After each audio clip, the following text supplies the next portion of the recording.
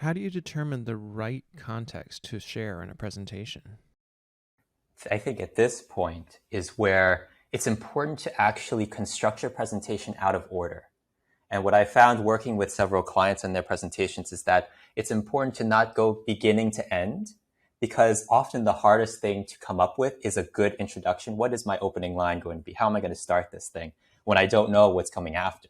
So what I found works really well is to first figure out what the main point of your presentation is. So first figure out the middle, the climax. That's the main point you want everybody to remember once they leave the room. After that, figure out the conclusion, which should be obvious based on your work. What can we do to resolve that problem? So now you have the last half. Then you can go back to the context and fill in only the necessary detail that the audience would need to know in order to understand what follows. I like that. Okay. So how do you figure that out then? Yeah, so that comes down to concise communication.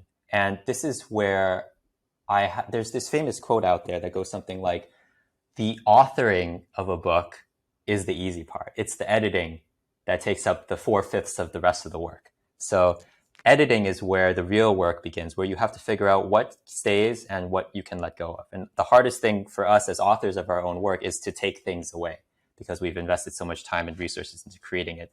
But that's the most important part of the process. So what I recommend for especially that beginning part, figuring out what context is relevant, is to think every fact, can it go or can it stay? And to think of it not as this from the standpoint of more information is more informative for the audience, but to think of it as more information is actually less informative for the audience. So every new fact that you add actually takes away from people understanding your insight. It adds more noise and hides the signal. So I recommend that for every fact that you're thinking of adding, every piece of context you're thinking of adding to the story, think about whether it really belongs. If you take it out, can it still stand strong on its own? If you add it in, will it actually benefit anything? So to do that for every piece of information you want to add.